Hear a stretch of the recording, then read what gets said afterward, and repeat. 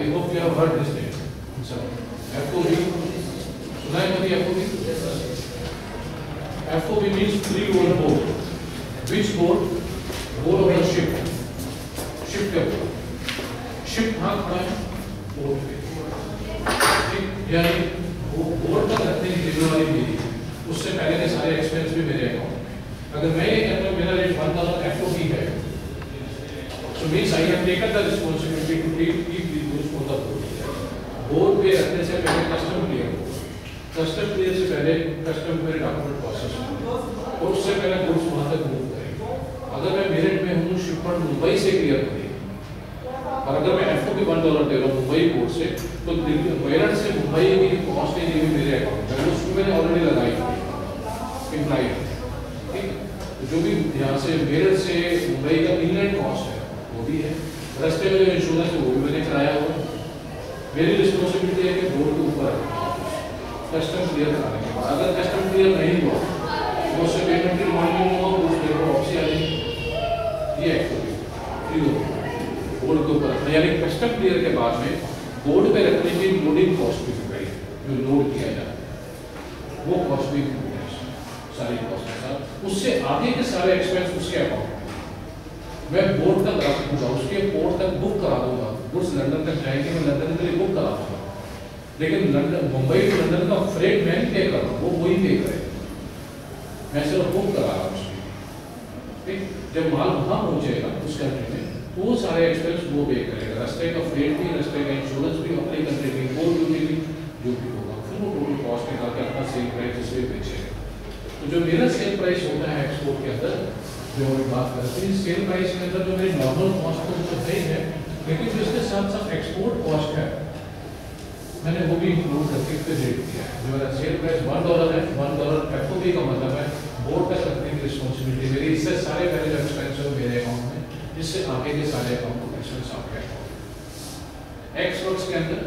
हम ये expense include नहीं करते हम कहते हैं मेरी फैक्ट्री ले लो यहाँ से सारे खर्चे आपको शुरू होंगे मेरा कोई खर्चा नहीं जो इतनी वर्क होती है तो ज़्यादा कंफर्टेबल जो क्लॉज है वो FOB जिसमें हम शुरू में ट्रेड स्टार्ट करते हैं हम FOB क्यों कंफर्टेबल होते हैं और FOB को हम फ्रेट टू पे भी कहते हैं फ्रेट वहाँ जाके पे एक freight will be paid at the freight will be paid by the buyer freight जो रास्ते का freight port of loading Mumbai हो गया कोर्ट ऑफ डिस्चार्ज लंदन होगा कोर्ट ऑफ लोडिंग से कोर्ट ऑफ डिस्चार्ज का जो फ्रेट है ये वो पे करेगा इन केस ऑफ FOB ठीक है जो मेरठ टू मुंबई है इंग्लैंड फ्रेट ये मेरे यहाँ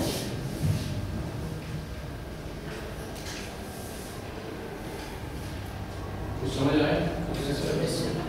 और पूछना है इसमें ये एक इम्पोर्टेंट काम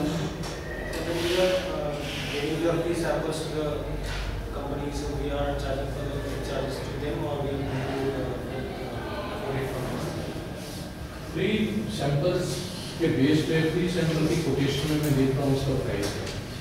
पोस्टेज लगाते हैं पैकेट चाहे जो जब हम packet by Indian post office बेचते हैं दैट इज द प्रीपेड हम पोस्टेज यही पे करते हैं जो वो एक कोरियर बेचते हैं उसमें चॉइस होती है कि कोरियर जो चार्जेस हैं वो पे कर रहे हैं या मैं पे कर रहा हूँ उसके लिए मैंने पूछना पड़ता है कि क्या आप कोरियर चार्जेस पे करोगे अगर हम कहते हैं यस तो फिर वो पैकेट कोरियर कंपनी को कहते हैं इसको 2 पे ले लो ये फ्रेट वहाँ पे आर्ग्यूमेंट अंडरटेकिंग मेरी होती है कि उसने पे नहीं किया मैं लेकिन वो कोरियर चार्जेस से पे वो भी हम कर सकते हैं जिस टाइम आपके पास कोई बायर कहता है सैंपल भेजो उसको बोलो ठीक है सैंपल फ्री भेजो but you please share by उससे जजमेंट भी लग जाएगा कि कितना बायर चेक करें क्योंकि ऐसे भी बहुत सारे लोग हैं वर्ल्ड ओवर में जो फ्री सैंपल इकट्ठे लेने वाले हैं जब अपने आप को प्रपोज करते तो ऐसे बहुत सारे लोग देखते हैं वो आपको पढ़ा कर रख लेते हैं कि इतने सैंपल थे तो उनका काम सिर्फ सैंपल इकट्ठे करना है और कुछ नहीं फ्री दे के फ्री बांटते हैं ऐसे इंडिया में बहुत सारे जो फ्री सैंपल फ्री में करते हैं एक मतलब दो सैंपल ले लिया एक का पसंद आया दूसरे का थोड़ा लो क्वालिटी है तो उसको बोलते हैं कि मुझे ये वाला किस क्वालिटी का चाहिए हाँ वो करते हैं सैंपल एक दूसरी जगह ट्रांसफर होते रहते हैं सर जो फ्रे होता है जो फ्रेट चार्ज है और जो ट्रैवलिंग उसका पूरा है इंश्योरेंस, उसमें भी चॉइस होती है प्रीपेड या पोस्टपेड की? हाँ, एफ को बता रहा हूँ, एफ को भी जो है, एफ को भी जो 2 पे हो गया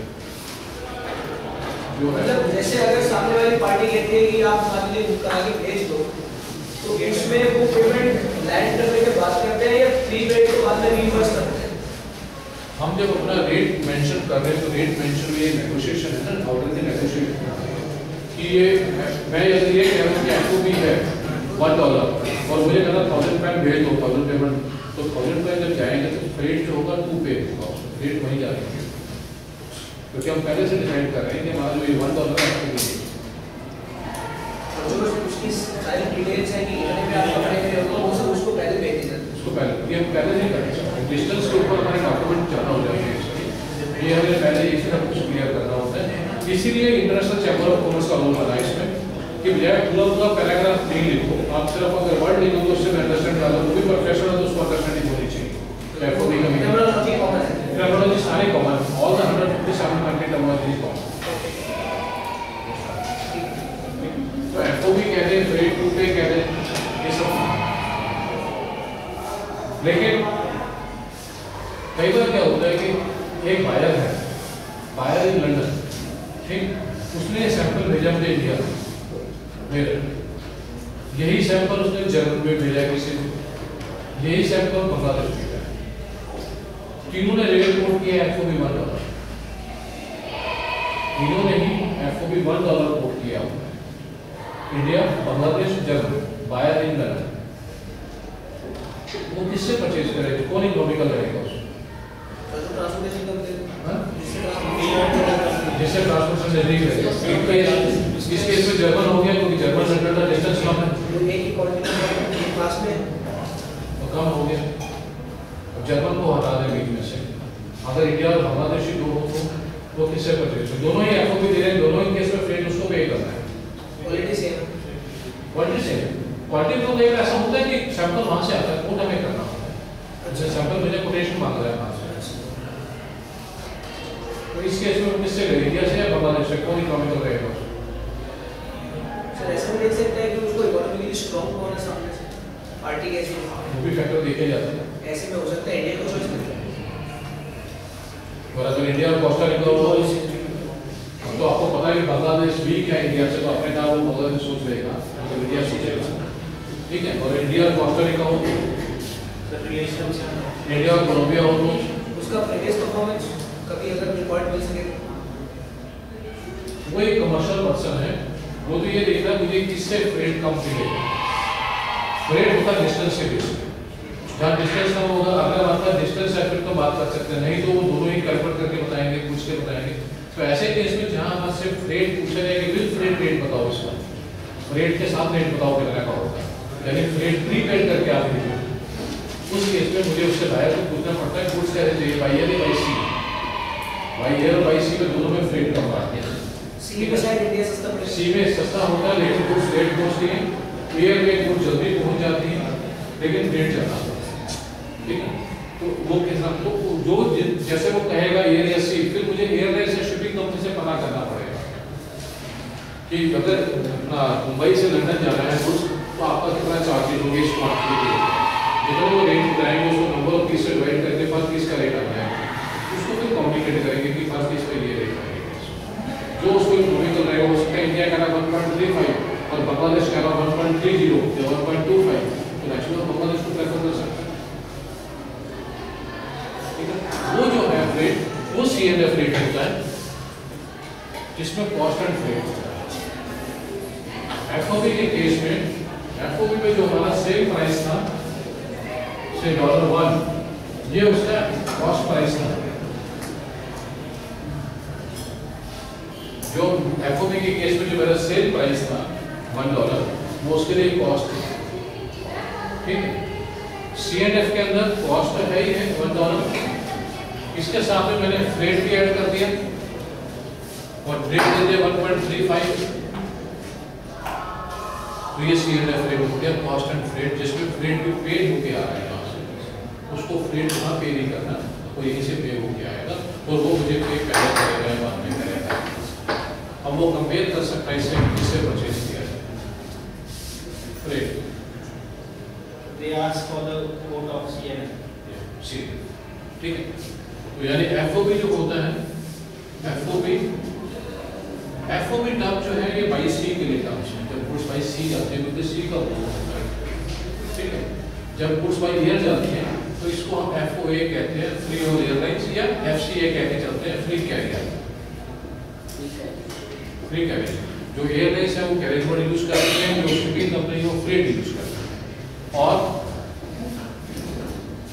फ्रेट टू कलेक्ट, फ्रेट वहां जाके कलेक्ट होगा। फ्रेट टू पे, फ्रेट वहां जाके पे होगा। ये सारे सिमिलर वर्ड्स हैं, अलग अलग कंट्री अलग अलग वर्ड यूज करते हैं। डिक्शनरी मीनिंग सेम है सबका। प्रैक्टिकल समझने के लिए हमें थोड़ा सा डिक्शनरी मीनिंग में देखना पड़ता है, प्रैक्टिकल एस्पेक्ट में देखना पड़ता है। CNF के केस में CNF